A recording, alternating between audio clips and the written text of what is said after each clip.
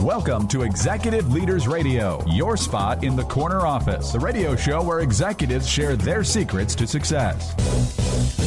Executive Leaders Radio. You're listening to Executive Leaders Radio, broadcast from the offices of Radio America. This is your host, Herb Cohen, with my co-hosts, Mark Haas, Association for Enterprise Growth, Andrew Howard, Howard Insurance, Daniel Patterson, Brunch Digital, Dwayne Deason, The Efficacy Group, and Alan Bartholomew, People Stretch. And let's see, Mark, can you give us a rundown on who we have on the air today, please? Sure, Herb. Today we have Korey Neal, president of K. Neal Truck and Bus Center, Matt Caywood, CEO of Transitscreen, Richard Spires, CEO of Learning Tree International, and Joe Saunders, founder and CEO of RunSafe Security. Let's get to know our first guest, who is Korey Neal, president of K. Neal Truck and Bus Center. Korey, what is K. Neal Truck and Bus Center? What are you guys doing? K. Neal Truck and Bus Center is a full-service commercial truck and bus dealership located in the Washington metropolitan area. How large or how small is the organization? Just under 100 people. And how old is it? 15 years, second generation is me. You're the second generation. Where are you from originally? It's Washington metropolitan area. How many brothers and sisters? One older sister. One older sister. What was going on with you 8 to 14 years old? 8 to 14 years old, I was an athlete, a large kid, struggling to find my identity in a world full of expectations. What do you mean trying to find your identity in a world full of expectations? Who's doing expectations on you? I come from a family where my father was a great man, a man of integrity, a man of leadership, and a man of success. And being an 8 to 14-year-old kid, you look up to your father and you're trying to always, beat him, for lack of better words. Mm-hmm. Andrew? Korey, what was your favorite sport growing up? Definitely basketball. And what was your role in that team? What position? I played center for the team. Okay, so in that role, what was your what theme did you? Yeah, what was the personality trait? What was the personality trait you took from that? Being on that team, being a center, I was a husky guy as always, so I was the protector of the team. I guess that was my role. You had mentioned in the green room about I protect my people, I protect my family, and how does that theme correlate to your role as president today? I think that as a leader of my organization, my role is to protect my people. I'm there to lead my people, to grow my people, to find my people's passion, and protect them. How about that? You see protection as part.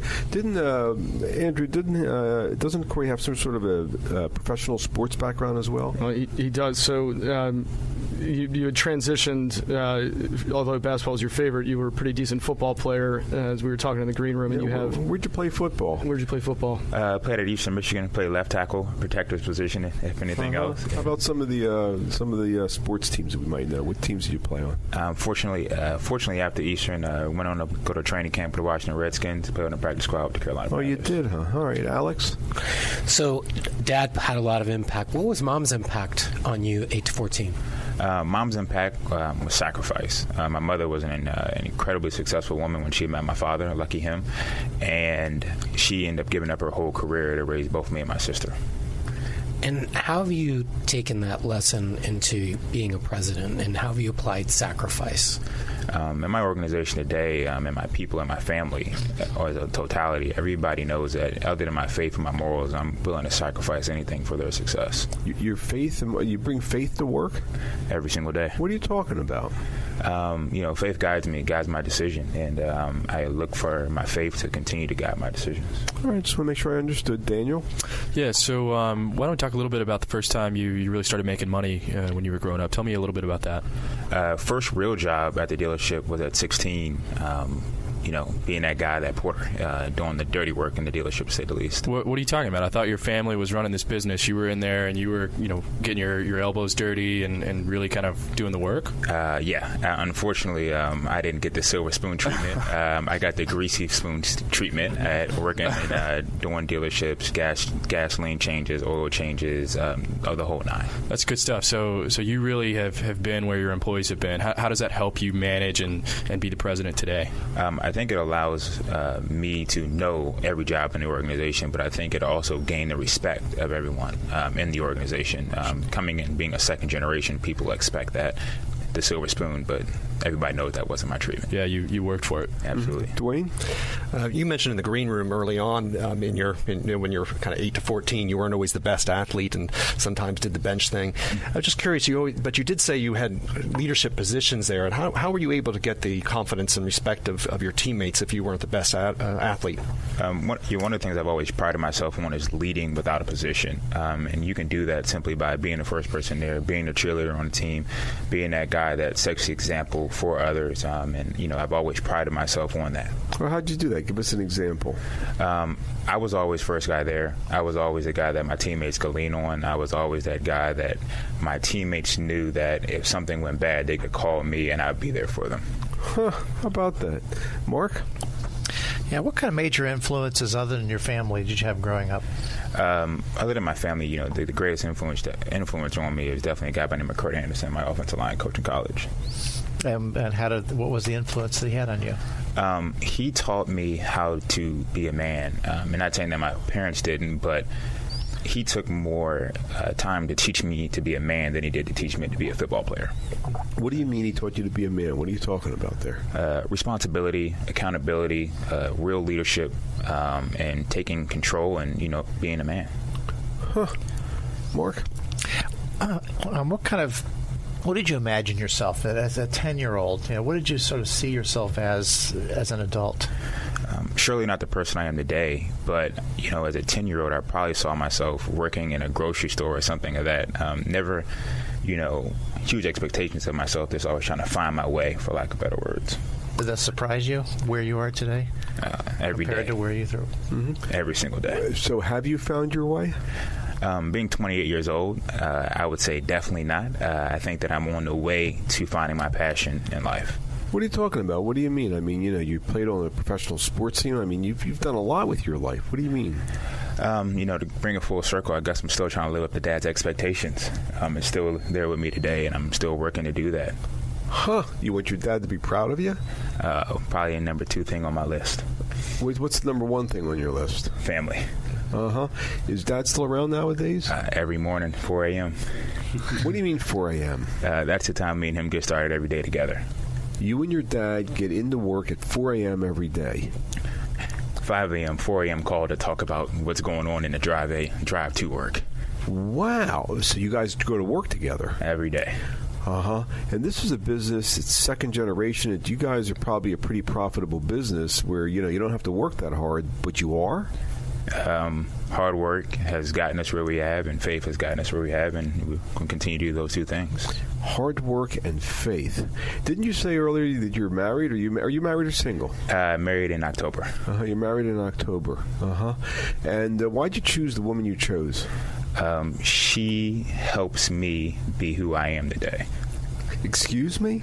She helps me be who I am today. I would not be myself if it was not for her. Wait a minute. I thought you told me that you had a coach. This Kurt Anderson had a lot to do with turning you. So your wife has a lot to do with affecting you? So while Kurt Anderson taught me how to be a man, he missed teaching me how to love. And if you don't love what you do, if you don't have your passion, if you don't love your passion, if you don't love your people, if you don't have an energy of love in your organization, I think that you struggle to find success. How's your wife affected your running the business? I spend more hours there now, I can tell you that much. But how about in terms of this love thing and how you view business differently? I think that I view it differently because her insight and her difference of opinion affects me. So I'm able to take that to the workplace. So now I not only have my opinions and my experiences, I also have her intellect, her experiences that I bring to my people. Who's got the next question here? In the green, you talked about adversity and change and pursuing football as a path. Can you elaborate a little bit on that adversity and change? Because it sounds like you've had quite an adventure, but the listeners would love to hear about that story that kind of emblemizes that. So as a youth, I was big, and I was the size, and my father's about 6'9", so everybody thought I'd be a basketball player. Unfortunately, I never grew, and I still wanted to find my way to kind of check that box of expectation for my family.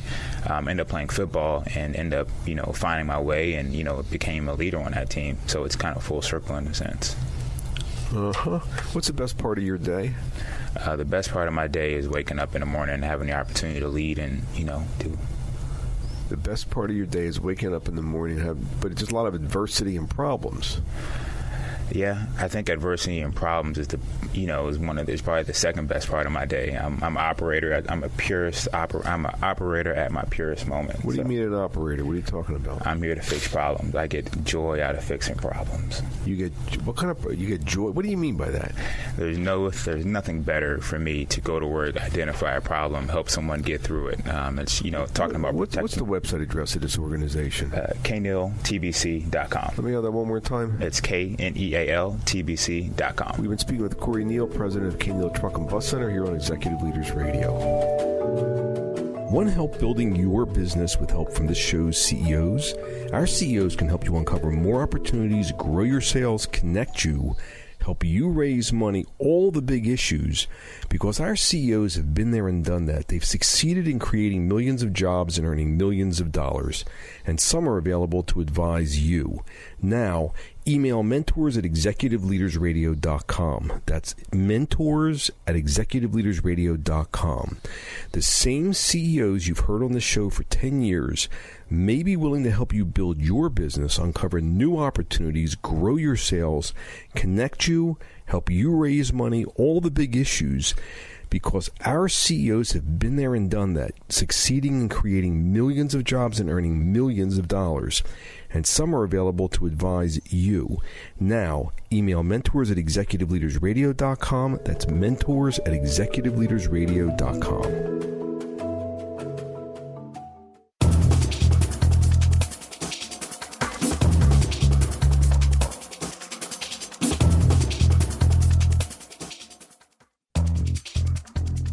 We're back. You're listening to Executive Leaders Radio. This is your host, Herb Cohen. We'd like to introduce Matt Caywood, CEO of Transitscreen. Matt, what is Transitscreen? What are you guys doing? We provide software that has live information about all kinds of transportation. So it's a metro, bus, Uber, bikes, scooters, you name it. If you see a screen in the lobby of a building that has that information, that's us. Wow. Where are you from originally? I grew up in Madison, Wisconsin till I was 11, then moved to Chicago. And how many brothers and sisters do you have? Younger sister and a younger brother. Uh-huh. So what was the effect of this move when you were a kid? Ultimately, it opened up a lot of opportunities. I moved to a city and a high school that had a lot of different extracurriculars I could get involved in. I had people I was doing computer stuff with. I joined Boy Scouts, got involved in debate, and traveled nationally at a pretty young age in high school. Wait a minute. All right. This is sort of how young were you when you started coming up with ideas? Probably when I was, 6 or 7. I was playing with computers, writing software on computers, and I remember, just kind of discovering things for the first time that were new to me that maybe people had seen before. But I had an adventure game. I wanted a monster to appear there. Figured it out, and it was just glorious. How did it make you feel when you came up with an idea and you made it happen? That's the kind of thing where you almost want to walk away from the keyboard and say, this really feels nice. What's that have to do with your building this thing called Transitscreen? Well, Transitscreen was always something I was interested in, transportation, helping people get around. I used to travel. I was a PhD student, got a PhD in neuroscience, and I was coming back from the lab late at night. I just wanted something to tell me where to go to take the bus and when the bus was coming. And so when I realized that the technology was all there to bring that information together, and this was something that I could use myself, it really it gave me a passion to deliver it to others. Wait a minute. Are you telling me that Transitscreen is the one place that I can look where it tells me the best way to get from here to there? That's right, and the right time to leave, and all your options, where, what, and when. Oh, what a pleasure. Let's see. Who's got the next question here? I think Daniel. Yeah, so Matt, let's talk a little bit about the childhood friends that you had when you moved. What kind of a role were you taking in that group, and what were you guys doing together? Yeah, we spent a lot of time on computers, doing some minor league hacking with computers and playing games and writing software. I was always one of the people kind of bringing new ideas and new technology to the group. I had, a Commodore Amiga, which was this cutting edge thing for, gaming and programming, and I was always the one bringing in some of the newest stuff to them. Yeah, so you didn't know it at the time, but you were really prepping for Transitscreen back when you were a kid and kind of talking with all your buddies. Yeah, it was a little bit, one of my roles is kind of to be product visionary and see what the next thing is. Not all my ideas are great ideas, but, some of them were. Well, one of them was at least. Mark? You had a productive childhood. What kind of books or media did you consume? I read a lot. I read some fantasy science fiction. Lord of the Rings was my favorite there. I read some literary fiction. Hemingway, Farewell to Arms, another good one for me. Is there any character or event that you sort of carry with you over time? For sure. I mean, I always identified with these heroic quest type stories, right? Joseph Campbell type stories, Star Wars and the like. Frodo Baggins, clearly, and Robert Jordan in Farewell to Arms.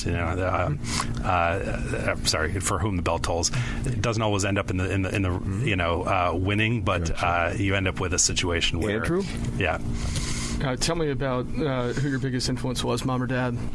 Probably my dad. He was a professor of business. We did a lot of stuff together. We used to play chess at night. He really gave me my first job when we were parking cars for Big Ten football games. People would drive in and we'd fill up the parking lot, take the money, and then buy scalp tickets and go to the game. And so you learned a little bit of business savvy from dad and some creativity as well. For sure. We had to be a little bit creative, with the pricing, with how far away we were from the stadium, with whether we were going to park people in or not after the game. We were a little creative. Mm-hmm. Dwayne? You mentioned your father was a professor. Did that make you feel academic pressure? Do you still feel that pressure?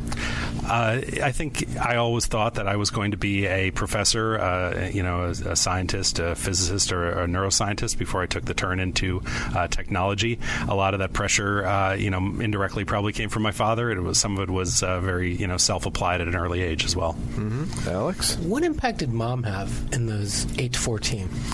My mom had a lot of impact. She was a Spanish teacher, and she quit to raise me and my siblings. My mom is a good listener, and she has a style where she really relates to people and builds rapport. That's probably more my leadership style than my dad. My dad's a big talker. He likes to fill the room. So how are you applying today what you learned from mom? I think, being able to really sit down with someone and understand what their motivations are, what their issues are, what they're going through, being able to empathize with them in the moment. I think that's something that I learned from my mom. Now, in the Green Room, you talked about how she would take you to all these different activities. When you got to high school, at what point did the activities start to pressure you or get overwhelming? I never really felt pressured by them. One of the first things that happened to me in high school was I was a freshman. I was taking advanced placement calculus. I got a D- my first quarter, and I was 13 years old. It was a lot to take on. I was also playing football at the time and had no energy. So that kind of put me on a path where I was never going to be valedictorian of my school, and that took a lot of pressure off to just be a pure academic success. That meant I could concentrate on the things I thought were really interesting, whether it was debate or quiz bowl or other competitions. I was always very competitive. Andrew? So going back to your move and bringing it to Transitscreen, when you moved to Chicago, did you ever feel like an outsider? For sure. It was a big social adjustment for me to go through that. I managed to find some groups that were doing activities that I cared about, but it definitely forced me to kind of readjust and reintegrate. So you said earlier that Transitscreen was born out of grad school or college when you couldn't find your way. I might argue that you needed to find your way at age 11, right? Mm-hmm. You could say that. And also moving to a city that had public transit that was That's a disaster at the time, but has gotten a lot better since then, made a difference to my awareness of all these options. Yeah. Mark, do you have a question there? Yes. So, what does your family think of you now? I'm definitely, the older brother. I'm the role model for to some extent to my younger brother. He actually was around when I started the company. He was kind of our communications intern and helped a lot out just pro bono. I still have that role in the family. Mm-hmm. But you shared an interesting view in the green room about role models and growing up. Can you explain a little? Yeah, I would never, discourage people from having role models or mentors if they want to have them. I just never personally felt the need to have a really strong, role model or a mentor. I always saw adults more as peers as I was growing up, perhaps because I was advanced in a lot of these ways, math and science and so on. And I think you can succeed without having to have mentors. You assimilated a lot of different activities, extracurricular activities, and adults into your life. So you pick and chose from a bunch of mentors, it sounds like. For sure, and I learned a lot from a lot of teachers along the way. I don't want to say, I wasn't paying attention, but I don't think you need to have a singular mentor. Dwayne? You mentioned your father being a professor. Did you ever attend his classes, and what did you take away from his style and what you learned from him? My dad was a business professor. I actually kind of steered away from business, as I mentioned, towards science and other things. But he's a great improviser and extemporizer, and just being able to kind of flow. That was one of the things when I was debating. That was one of the things I was very good at, and I think I learned that from him. Well, what's that have to do with being the CEO of Transitscreen, this flowing thing?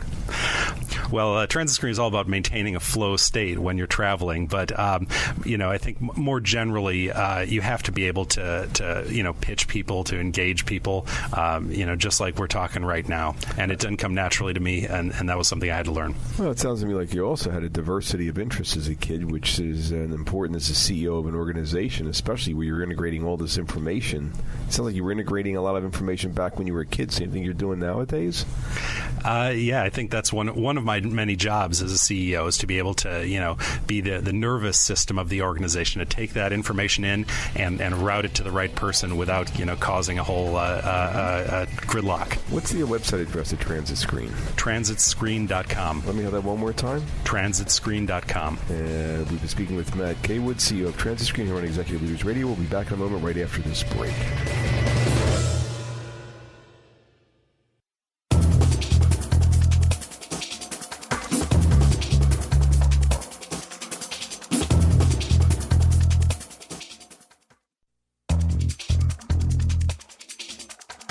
Back, you're listening to Executive Leaders Radio. This is your host, Herb Cohen. We'd like to introduce Richard Spires, who's the CEO of Learning Tree International. Richard, what is Learning Tree International? What are you guys doing? Learning Tree is a $60 million a year company that focuses on workforce development and training, mainly in the IT, the information technology field. And how old is this company, and how long have you been the CEO? The company is actually 45 years old. I've been associated for 5 years. I was on the board of directors and then was asked to take over the company as CEO 3 years ago. And where are you from originally? I was born in New Jersey, but my father was relocated a number of times in his job, and so I also lived in Colorado and Ohio. How many brothers and sisters? I have 2 younger sisters. And what was going on with you 8 to 14 years old? Well, the normal things you would expect in that age, but I tell you, my father, a very, very successful engineer, worked for AT&T Bell Laboratories his whole career. And he and my mother set these expectations that were almost like kind of unsaid, but very, very high expectations of all 3 of us. Mm-hmm. Alex? Rich, what impact did that have on you then that you can remember? What stands out? It was overall a positive impact. I was actually driven and a lot of pressure, but I guess I viewed it as positive pressure, which is very good. And how is that translated into your management style today as Well, CEO? I'd like to think that I learned from that, right? Set a very high bar, okay, but really help people to reach that bar, okay, and do it in a very positive way and help people to learn themselves. Help people to learn themselves? Wait a minute. It says here you're We're a learning organization. I see. So you're drinking your own Kool-Aid, aren't you? Well, I've been a CIO, a Chief Information Officer, a couple times, and so I was on the other side. And what's the biggest thing IT organizations need? They need skilled people, and that's what we're all about. Mark? So growing up, how did you pick your friends? Well, I'm huge, and I really learned this, particularly from my father, this issue of integrity. He's a man of very high integrity, and I am as well. And so this issue of trust and trusting people is very, very big to me as far as picking friends. Is there a story from when you were growing up? Be careful who you pick, right? When I was about 10 years old, with a lot of peer pressure, ended up doing some shoplifting, got caught. I mean, it was actually for like candy or something, but I remember that longest day of my life. The store called my parents. When I got home, you can imagine what that day was like for me. With the expectations my parents set, and my father and my mother being people of high integrity, that was a very, very long day for me. So you really got affected by that. You still remember that experience? I remember that so well. Well, how'd that affect you? What'd that teach you? Well, I think it really taught me the importance of the truth and the respect for people's goods and for people how old in general. were you? How young were you when that happened? About 10 years old. Mm-hmm. Mark, why don't you take it from there? What was your role at the IRS? So I entered government. I was running their business systems modernization program, a multi-billion-dollar modernization program, and then I was asked to become their chief information officer. And how large or small was that organization? Well, the IRS, it's about 100,000 people itself, but I had about 7,000 direct reports at that time. So you certainly got a deep lesson when you were a kid about integrity and about drive from your dad. Mm-hmm. Next question, who's got it? You had mentioned that in the green room that if you got a B on your report card, someone you'd have to kind of answer to that or be questioned. Yes. So that could provide a lot of pressure, but you didn't rebel like most kids might. Instead it motivated you. How did that happen, and do you translate that same motivation and expectations into your current work? I give my parents tremendous credit. A lot of high expectations, and you would think that we would rebel, but they did it in such a loving way, in both their own ways. I mean, quick story.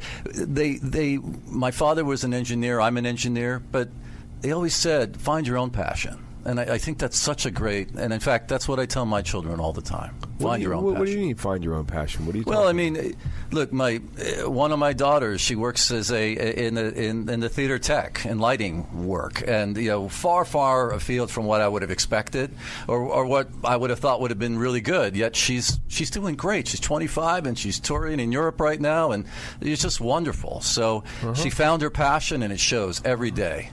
So this passion theme seems to kind of run through a lot of the times in your lives. Do you still kind of instill that in your employees nowadays when you want them to pursue? I certainly try to, and in fact, we just had a woman who she was second in charge in our HR department, and she just got an offer to go to another company to become the HR director, which is her dream. And I'm so pleased for her. I know I told her, we're going to really miss you, but it's great that you're going to go find something like that. Andrew?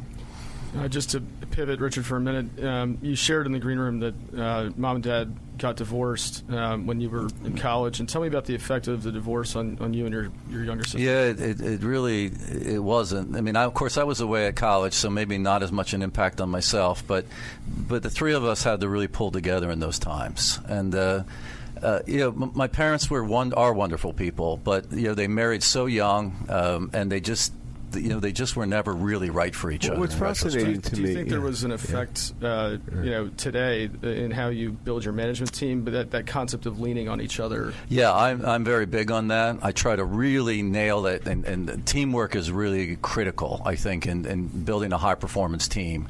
You got to be able to lean on each other, trust each other, have each other's backs when necessary. Do you think that kind of came from the moving around a lot? I mean, I know you said you were the big brother. Do you think that was really what it instilled? Moving around a lot, you grow up much faster. Is what my sense. Through that childhood, it's hard, right? When you're 8, 10 years old, moving and having to make all new friends, makes you much more self-reliant. But I think also in this case, relied more on my sisters as well. Richard, you talked in the green room about pleasing your parents. Yes. When did you stop pleasing them to pursue your passion?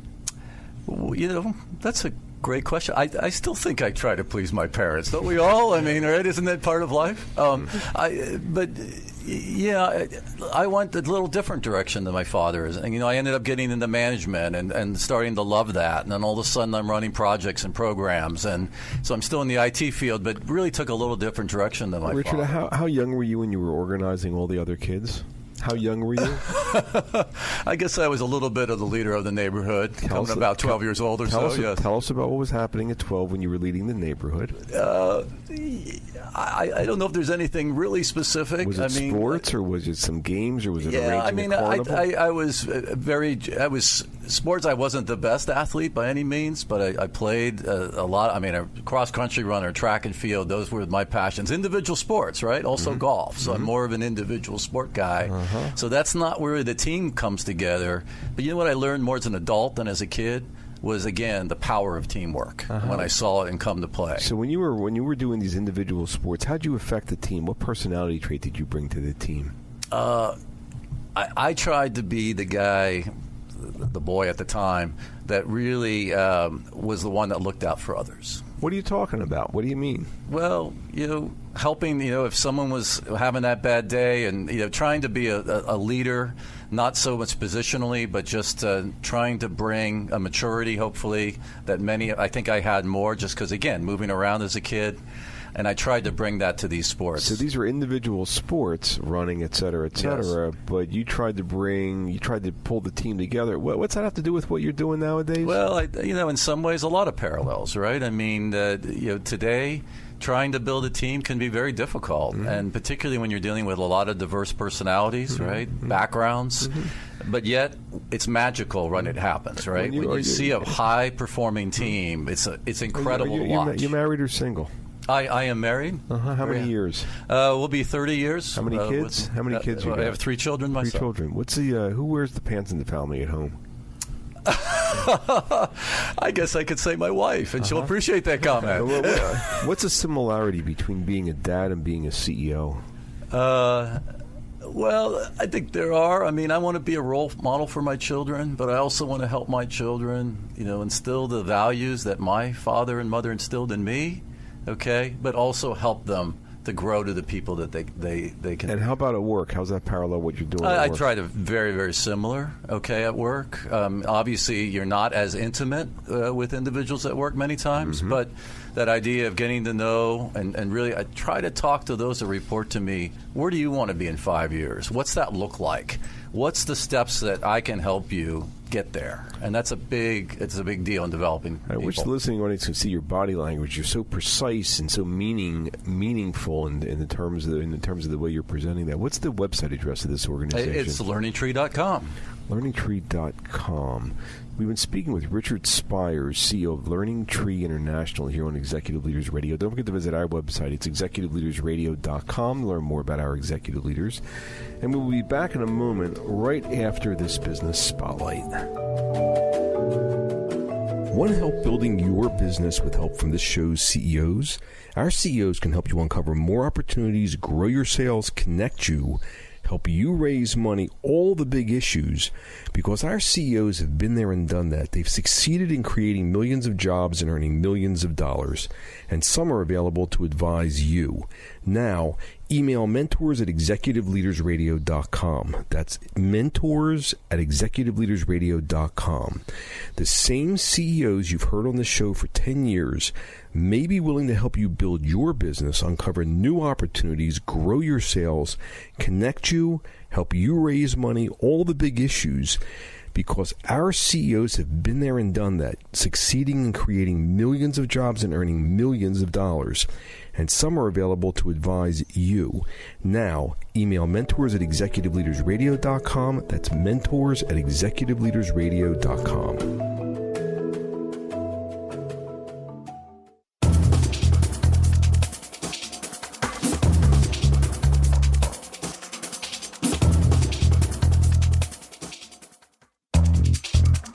Back. You're listening to Executive Leaders Radio. This is your host, Herb Cohen. We'd like to introduce Joe Saunders, founder and CEO of RunSafe Security. Joe, what is RunSafe Security? RunSafe Security is a cybersecurity company, and we're protecting critical infrastructure from cyber attacks. And where are you from originally?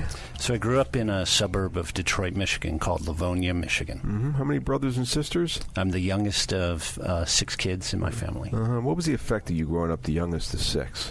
Well, 2 things. One, my parents, didn't have many rules for me by that point. Mm-hmm. But also then I had, some older siblings and, a lot of, examples that they, demonstrated. So I had expectations. What kind of sports were you into 8 to 14? I was a swimmer and a baseball player, but swimming was my main sport. Swimming was your main sport. And tell us about what personality trait did you bring to the swim team? So, obviously swimming is an intense sport and a lot of commitment, but I also brought a spirit. I was kind of known as the team cheerleader as well. What do you mean? Well, I tried to, lead by example as a swimmer, but also then take an interest in the other swimmers and led a lot of the cheers for their events and their competitions. Didn't you mention there was one specific event you mentioned where you were about to win and something happened? Why don't you tell us about that? Yeah, so when I was a junior in high school, I had pretty high expectations of what I would accomplish, and was actually winning the race in the state finals, going into the final lap, and then 3 other kids passed me on the last lap. So how'd that make you feel, and what happened the next year? Well, there was 2 things. One, motivated me to work really hard for the next year to try to come out on top. But the other one was when I didn't come out on top the next year, my dad was still really proud of me and offered, that he was proud of all the effort I put into and wasn't so concerned about the outcome. How'd that affect you? Well, I do think it put a lot of emphasis on hard work and commitment and, working with other people, and not so much, the outcome per se, but mm-hmm. putting in, extra effort mm-hmm. along the way, and that was what was instilled. Gotcha. Daniel? Yeah, so we've talked a little bit about your siblings growing up, but what did you do differently than the rest of your siblings? How did you try and separate yourself? Well, every one of my siblings had, different effects on me growing up and had completely different personalities. And so I think in the end, it was really trying to develop my own personality and what I wanted to be, growing up. Sure. And was your dad pretty well known in the town that you grew up in? He was. He happened to be a doctor, and he delivered many babies. So not only all the kids I went to school with, but all their parents knew me. So everywhere I went, I was known as my dad's son. So you got used to being looked at. Everybody knew who you were, and you knew you had to behave yourself and not leave any skeletons in the closet. Yeah, I think so. There were many times where I think, without having rules as a kid growing up, I still had a lot of reinforcement with everybody around me. And so people knowing me, I couldn't really get in too much trouble with that, even though I didn't have many rules. And you mentioned that you've got venture capital in the company. So in order for these folks to invest money in you, they had to do what's called due diligence on you. They had to really investigate you and your background. What was the period of time, which usually takes anywhere between 6 months and a year, what was the period of time between when you met these folks and they made the investment in the company? So I first met them through introductions from other people who knew me and were, portfolio companies of Alsop Louis. Mm-hmm. But it really took 3 months from start to finish. So first meeting to cash in the bank was 3 months. What was how did they go about finding out about who you were? So other entrepreneurs introduced me to them, and then they really did some deep due diligence quickly. So it's Alsop Louis. Gilman Louis, well known from a technology perspective, had a really keen sense of what we were doing at RunSafe. So you were pretty easy to check out, and evidently you had the right people introducing you to the money. And the money thought that these guys were reasonably credible, as well as it was pretty easy to check out. So you have a pretty stellar reputation.